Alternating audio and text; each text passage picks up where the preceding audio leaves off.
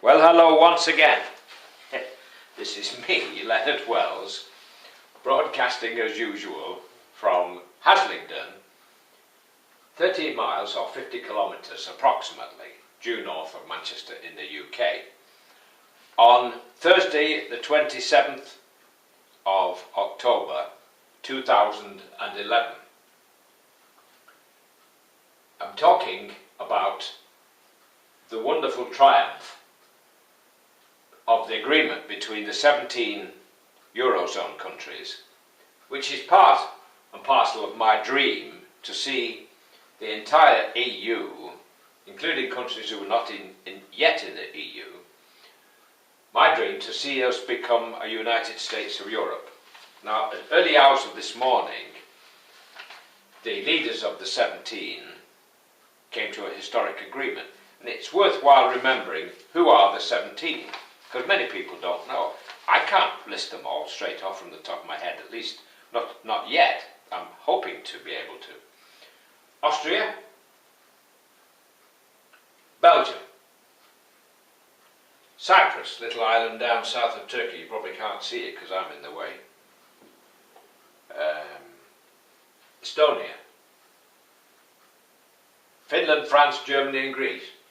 Finland, France, Germany and Greece. Greece, the problem country. Ireland and Italy. Ireland. Italy. Luxembourg, Malta and the Netherlands. Luxembourg, Malta and the Netherlands. Portugal, Slovakia, once part of Czechoslovakia, and Slovenia, and Spain. The other countries, the other 12, which currently comprise the total of 27 EU countries, are not yet in. Some want to be, some are hoping to be. Romania and Bulgaria want to be in Schengen as soon as possible. Romania's Bucharest airport has already been designed ready for it. Now, this is the problem, that everybody's singing from a different hymn sheet at the moment. I'm going to quickly list what has been agreed, if I can remember. I hope you won't mind me looking at my little notes. The EFSF, which is the European Finance Stability Facility, EFSF, is going to be raised to 1 trillion euros, which is 1,000 million euros, or 1,000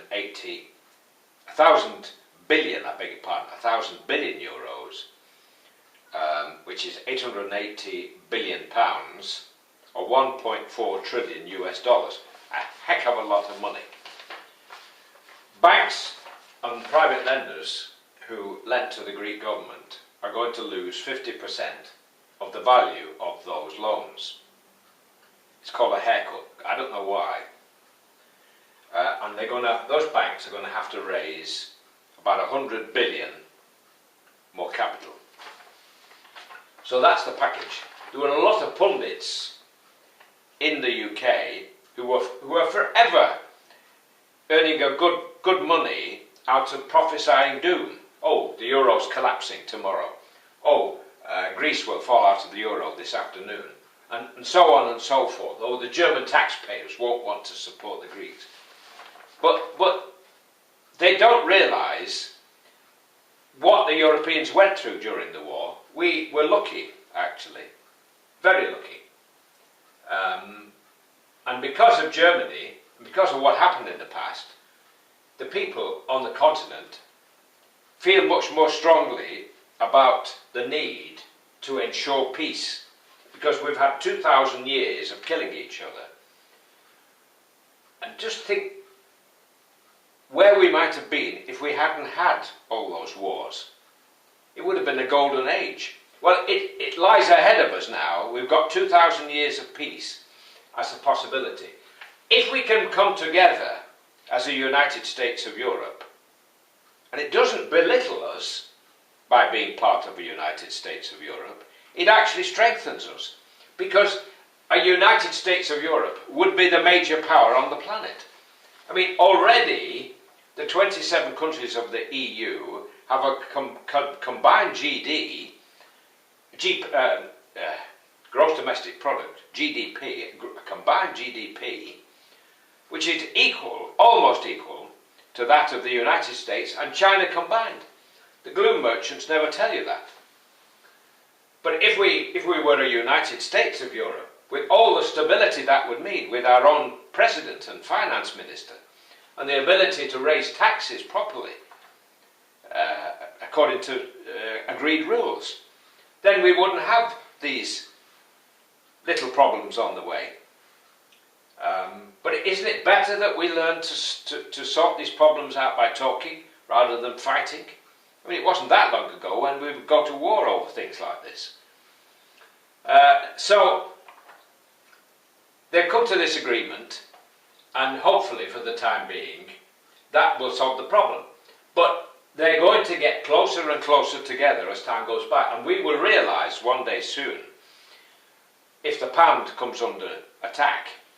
And all these speculators are sitting there playing roulette with our money, betting on these things. They've probably all been betting that Greece would fall out of the euro. I bet they've been all doing their best and making bets on it. Now, if the pound comes under pressure and the euro gets stronger and stronger, then eventually the Tories will change their tune.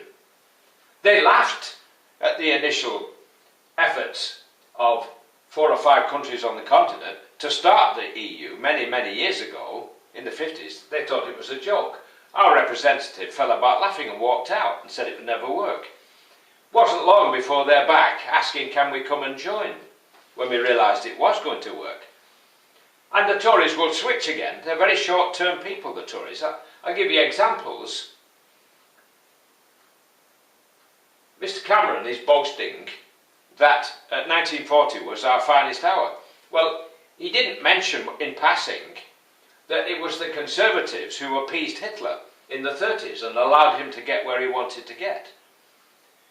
With our navy and the French army, we could have stopped him marching into the Rhineland. We could have threatened him with war if he did, and he would have backed off and probably been deposed.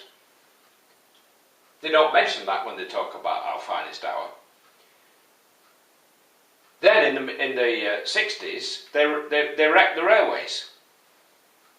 They fudged it so that 1/3 of our railways were destroyed, and we were left reliant upon the motor car. And it just so happened, coincidentally, ha ha ha, that the Transport Minister, Mr. Marples, his family business was building roads. Isn't that strange? Isn't that odd? So they wrecked the railways then. Mr. Major finished the job by giving us this silly system of franchises, so that most fares are practically impossible and unaffordable now. They're going to make a bigger mess by spending 30 billion on a high-speed railway, when most of our railways, particularly in the north, the trains look as though they came from the 19th century. They're so old. I mean, we laugh at Romanian railways, but they're affordable, and they may be slow, but they get you there, and they have round-the-clock trains, which we don't. So we're quite poorly served in the UK for railways. Mr. Major finished the job, as I said. Mrs. Thatcher destroyed the coal mines. She got rid of council houses, and people are now desperate for homes. She got us involved in the Falklands War, and the Argentinians have hated us ever since. 1,000 people died in that war. It's cost us a fortune to maintain troops down there. What are we doing with thousands upon thousands of troops in Germany, for example? Why are we in there? Same in Cyprus and Afghanistan. If we had a United States of Europe, it's less likely that we would ever get involved in things like the Iraq war again, because each of the states would have a veto. Mrs. Thatcher got rid of the coal industry. She destroyed it. She brought in the poll tax, which everybody hated, and which lost her position as Prime Minister. The Tories very soon dumped her when it suited them. So I don't trust the Tories, because they may be honourable men, but they're all very short-termish. And they can't see the wood for the trees.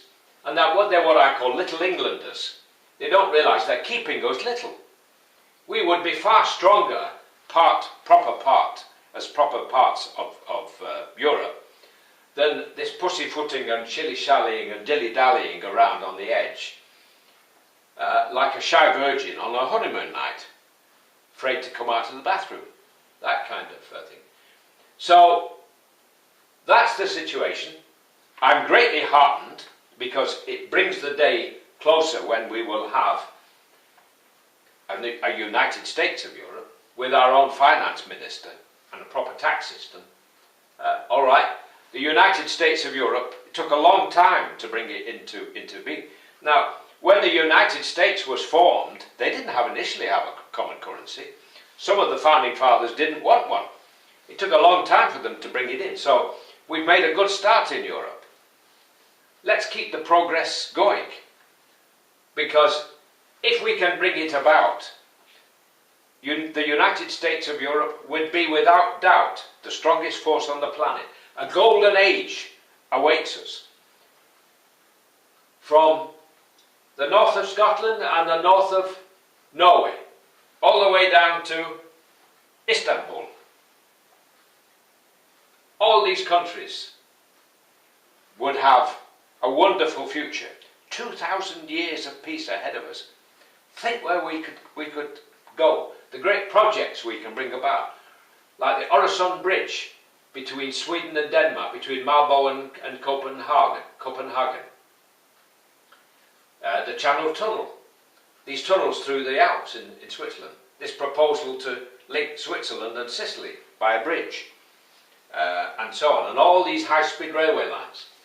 I hope to see high-speed railway lines from Glasgow and Edinburgh all the way down to Istanbul with sleepers, so you can get on a train, if you can afford it, and travel all the way to Istanbul. What a wonderful opportunity. I mean, flying is very quick and very convenient, and now the Americans have brought in the Dreamliner. It will be much more efficient and quieter, and with cleaner air inside, and so on and so forth. Well, I've waffled. This is the third time I've tried to do this broadcast this morning. The first time my lamp flickered without my noticing it, and when I came to look at the video on YouTube, there was this flicker, which of course nobody would want. So God bless, while it's still legal here in the UK to say God bless. Keep cheerful, keep happy, have a good day. Bye for now.